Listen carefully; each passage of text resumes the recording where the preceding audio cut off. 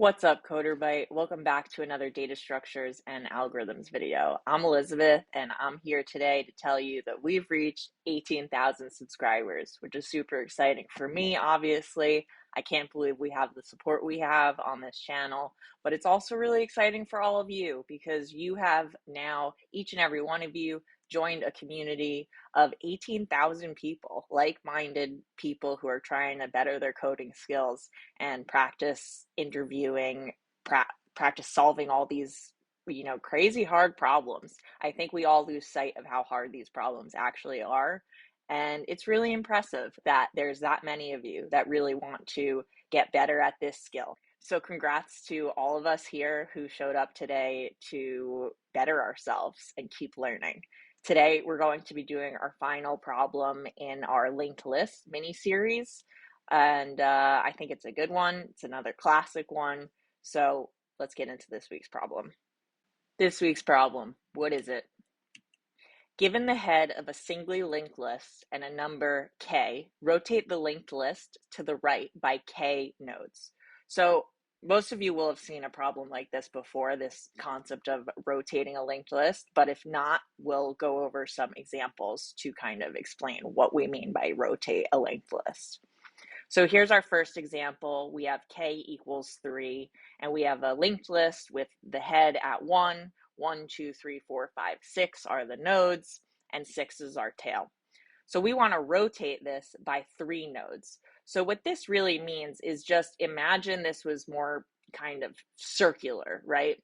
So if we rotate this, that means that the 6 is going to come all the way to the front. And then we're going to do the same thing with 5. We're going to take it all the way around and put it in front. And then we're going to do the same thing with the 4. We're going to take it all the way around and put it at the head. So we get this new linked list, or the same linked list, because we have to do this in place, with the head starting at 4, and that is pointing at 5, 6, and then we finally have 1, 2, and 3. So try and imagine this as a circular kind of carousel situation where we're taking the nodes off of the tail and we're bringing them around back towards the beginning, and we continue to do that k times. So in this case, it was 3 times, so we did that rotation for 3 nodes. Let's look at one more example here. So here we have a linked list and we have the nodes 1, 2, 3, 4, and 5, and we have a k equal to 8. So what does that actually mean?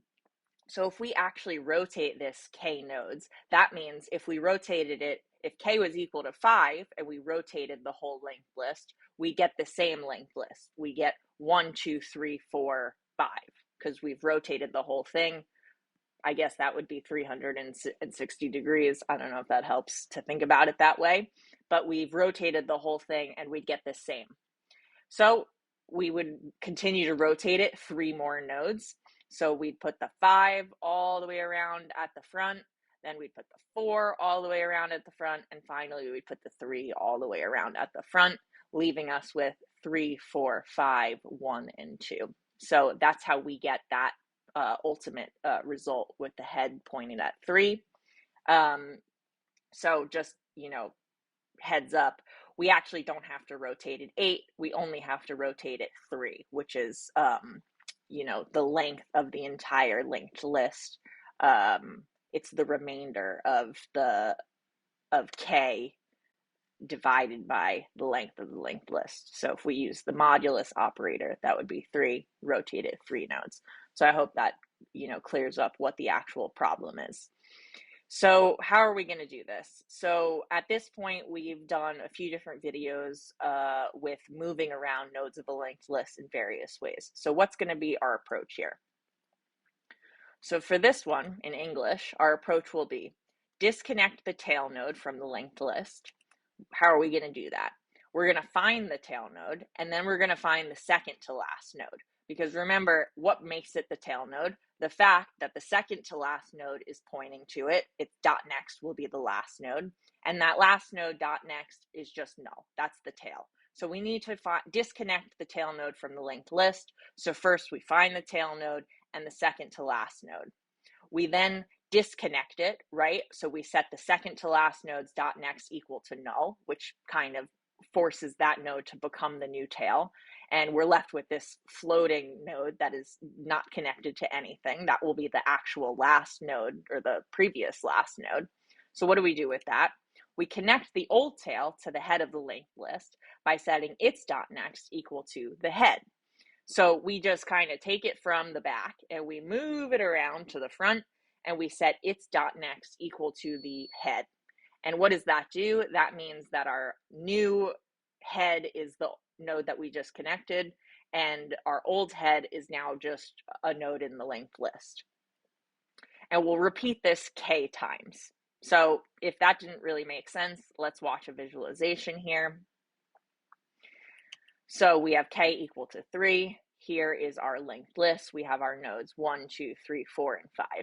So the first thing we have to do is find our last node and our second to last node. So in this case, that's 4 and 5. Then the second thing we have to do is disconnect our 5 from the linked list by setting our second to last node's .next equal to null, right? So it's not pointed there anymore. And we then move our 5 to the front of the line like so, and we then reconnect the dots, right? We set 4.next equal to null, making 4 our new tail, and we connect 5's .next to our old head, which was 1, making it our new head.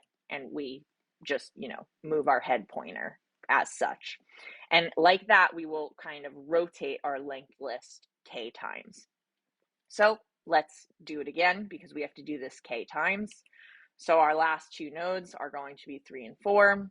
We disconnect our last node from our linked list by setting our 3.next is now going to be pointed to null. We move 4, we reconnect our dots. So now 3.next is null and 4.next is 5, and 4 becomes our new head. And finally, we'll do it one last time. Our last two nodes are 2 and 3. We're going to disconnect our last node like so, move our last node, reconnect things. So 2.next is now null, it becomes our new tail. 3.next is 4, it becomes our new head, like so. And here we are with our rotated linked list. It's been rotated by 3 nodes. So our new head is 3, and our now new tail is 2. So I hope that's clear. We're going to code this out, kind of just walk through what we've just done with this visualization and put it into code. And hopefully this is all nice and clear for all of you. Let's code this out. Okay, as usual, I'm in Visual Studio Code with a totally blank file, and we are going to start by defining our node class. So we've done this a few times. This should look very familiar to all of you, but we're just going to define our node class. We're going to create a constructor here. It's going to get a value and a next equal to null by default, and then we're going to set the node's value equal to the value passed in, and we are going to set the next equal to the next passed in and call it a day. We're also going to just define some convenience methods here, such as getList, which will just print the whole list. So we're going to say let the result equal to an empty string. We're just going to continue to concatenate all of our nodes values in our linked list to this result and ultimately return it. And then we're going to set temp equal to this, which will be the whatever node we call getList on, which will probably be the head node. It will just start at the head and continue down. So while there is a temp, while we're not at the end of the line, which will be null, we are going to concatenate our result, which is going to be our temp.value, and then we can also add in a space character, so our result prints everything nicely. And then we're going to move our pointer along here, and we're going to say temp is now equal to temp.next. And finally, we're going to return our result. So let's define some test cases down here. So I'm just going to copy and paste this from where I have this prepared. So here is our first test case. So let's write that. First test case, we have our nodes 1, 2, 3, 4, 5, and 6. And let's make sure our methods all work that we've defined.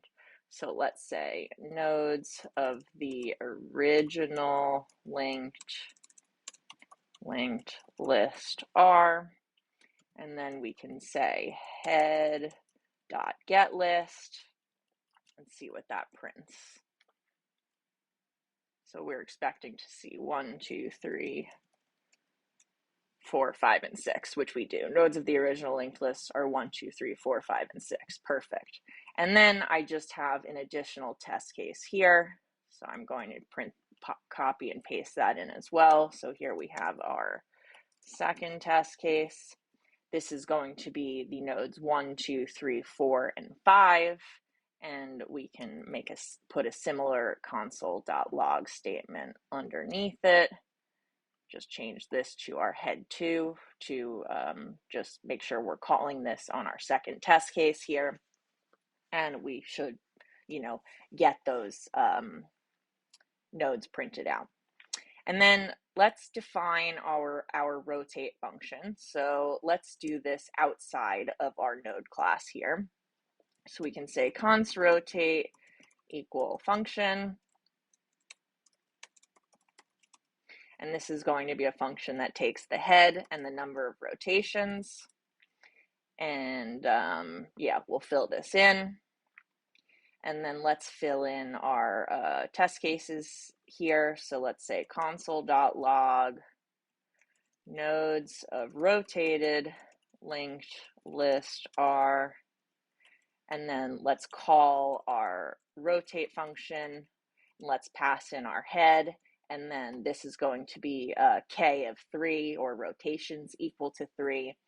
And then whatever this returns, we're going to assume it's going to return our new head, and we're going to call get list on it to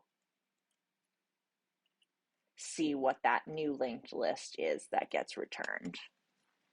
And then we're going to do the same thing down here. And this is going to be on our second test case, so I'm just updating this to call it on our head number 2. And this one is going to be a k equal to 8, or rotations equal to 8. So that should cover our test cases. Let's start writing this rotate function. So here we have our rotate function, and you'll remember the first thing we talked about, or not the first thing we talked about in the slides, but one of the things we talked about in the slides was that if the rotations we get are equal to or greater than the length of the linked list, we actually don't have to rotate it the length of the linked list, because that will just return the same exact linked list. If we rotate the linked list by the length of the linked list, we get the same linked list. So the first thing we can do is determine what's the length of our linked list, and let's not do extra work where we don't have to, and we only have to do the rotations that are the remainder of dividing rotations by the length of the linked list. So I think for that, we're going to have to actually maybe define a new little convenience method up here to return the length of the actual linked list. So let's say we're going to call this get the list length, and it's going to be basically the same exact thing as we do in get list. We're going to go through the list, but we're just going to keep track of how many nodes we've seen while we go through the entire linked list. So let's say let temp equal to this, and let's say length is equal to 0, and then we can do the same exact thing. While temp, we can say the length plus plus, so every time we go through this while loop, while there's a node and temp is equal to it, we'll increment that length. Then we'll set temp equal to temp.next, and finally we will return the length. So we can make sure that that's working here. So let's say console.log head.getList length.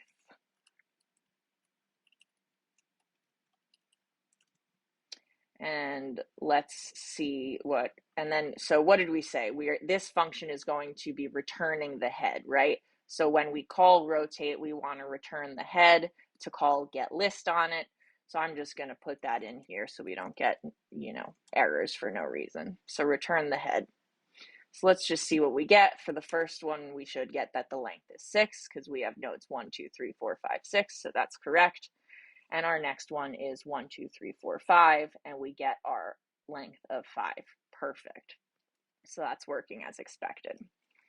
So what do we have to do? We can reset our rotations equal to rotations mod our head.getListLength, right? And that will allow us to not do any extra rotations. We don't have to rotate our linked list the list length. We can just get the remainder by doing this mod operator and just do it that many times. So that's number one.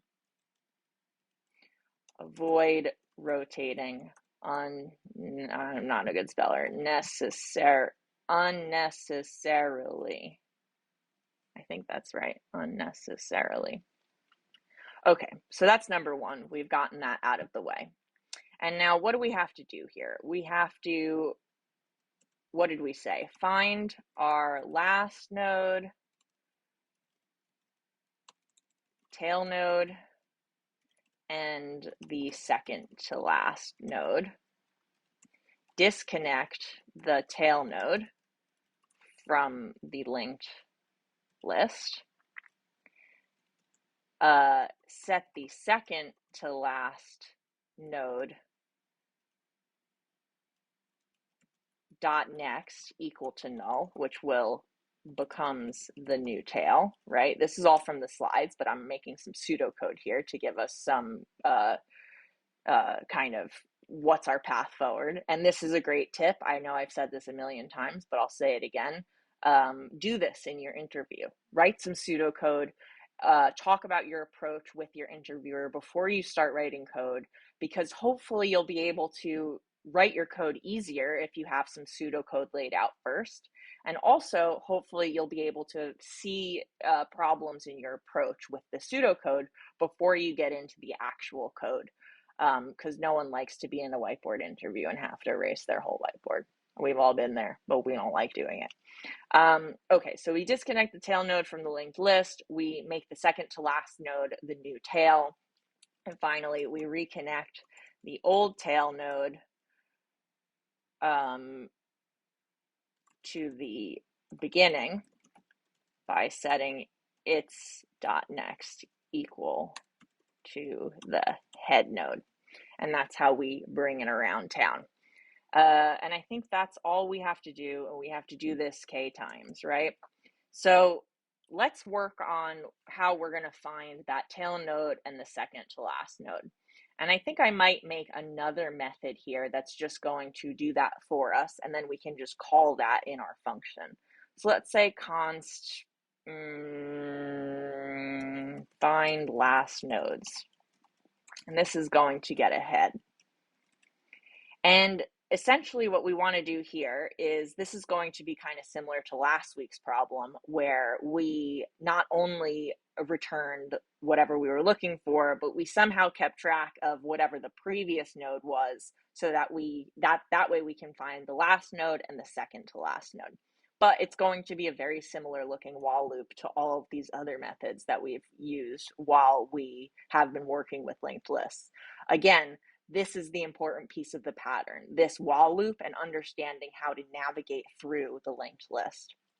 So let's set our current to our head, and let's set our previous equal to null at first.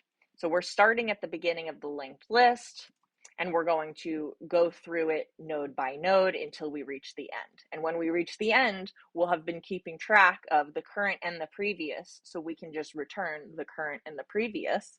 The current will be the tail, the previous will be the second to last node, and that's it. That's the whole method. Oh, and this is not how you define a function. There we go.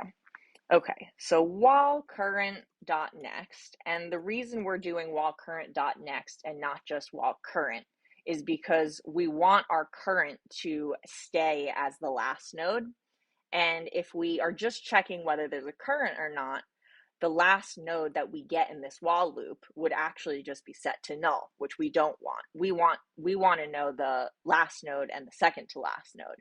If we weren't checking while there's a current dot next, we'd end up with current equal to null and previous equal to the last node. So that's why we're doing that. So that's slightly different. So basically, we're just going to set previous equal to current, right? Move along the whole looking at the linked list. And we're going to set current equal to current.next. And that's all we have to do. At that point, after we've, gone through the while loop until current.next is null, current should be equal to the last node, and previous should be equal to the second to last node. And that's the whole deal here. So let's say we want to return, and we can say that the last node is now going to be the current node, and then the second to last node is going to be previous. And I believe that's it. That's all we have to do for this method. So we've taken care of this. We're just going to call that method, right? So let's look at that. Let's say we have const, and we can destructure here. We can say our last node and our second to last node. And this is going to be the result of calling find last nodes on that head. And let's make this all nicely formatted. Okay, so what do we have to do now? We have to disconnect the tail node from the linked list. So we can say that our last node, to disconnect the tail node from the linked list, we actually have to set the second to last node, not that weird character, the second to last node dot next equal to null. So this makes the second to last node become our new tail. And then we have to, so this one line takes care of both of these pseudocode steps. We are disconnecting the tail node from the linked list, and we are making our second to last node our new tail. So all we have left to do is to reconnect the old tail to the beginning. So we do that by saying our last node dot next is now equal to the head. And finally, we can just set our head is now equal to that last node, right? So that's kind of all we have to do to rotate one node, right? We have to get those last two, we have to disconnect the last node, bring it around the front. So we need to do all of this k times, or rotations times. So I think we can just put this all in I don't know what this, I must have been writing k times. So we can just put all this in a for loop. Why not, right? Let I equal to 0, I is less than rotations, I plus plus. And then we can move all of that inside our for loop. So this is just, we're going to do this k times, right? Or k, or rotations times, right? In this code, I'm calling this rotations. In the problem, we called it k. And I think that's all we have to do. So let's see what we get when we do these test cases. So last node is not defined. Why is last node not defined? Because I called it last node. Cool. Okay. Let's just make sure I called it, last node in that method. All right. So we have our original nodes of our linked list. We have 1, 2, 3, 4, 5, 6. We're rotating it by 3 for that first test case. So we bring around the 6, the 5, and the 4, and we get 4, 5, 6, 1, 2, 3. So that's exactly what we wanted. And then for our second test case, we have 1, 2, 3, 4, 5, and we're rotating it by 8. So when we rotate it the first 5 times, we don't have to, because we'd get the same linked list, and then we can just rotate it the remainder, which is just 3. So we bring the 5 around, we bring the 4 around, and we bring the 3 around, and we end up with 3, 4, 5, 1, and 2. So that's exactly what we set out for. I hope that's all clear to all of you. I think that this might be even easier than last week's problem. I don't know, maybe similar kind of difficulty level. But again, thing to really know backwards and forwards is how this while loop works, and what are different ways of tracking what nodes are where, and how that has to do with the while loop, because that is our main method of going through a linked list. We don't have those convenience methods of an array. We can't just dot pop and get the last element just like we can in an array. We can't just use an index to get the second to last node because it's a linked list. It's not an array. We always have to start from the head and move forward along the dot nexts of all the nodes. So that's all I got for you guys today. I hope you enjoyed this and you consider you got yourselves linked list experts. And that's a wrap on LinkedList, folks. I hope you all enjoyed this mini series. Join us next time. We'll be starting a brand new pattern. And once again, congratulations on 18,000 subscribers. I'm so stoked for what's to come for this channel and all of the awesome skill building we are doing here together. Have a good week, everybody. See you next time. Bye.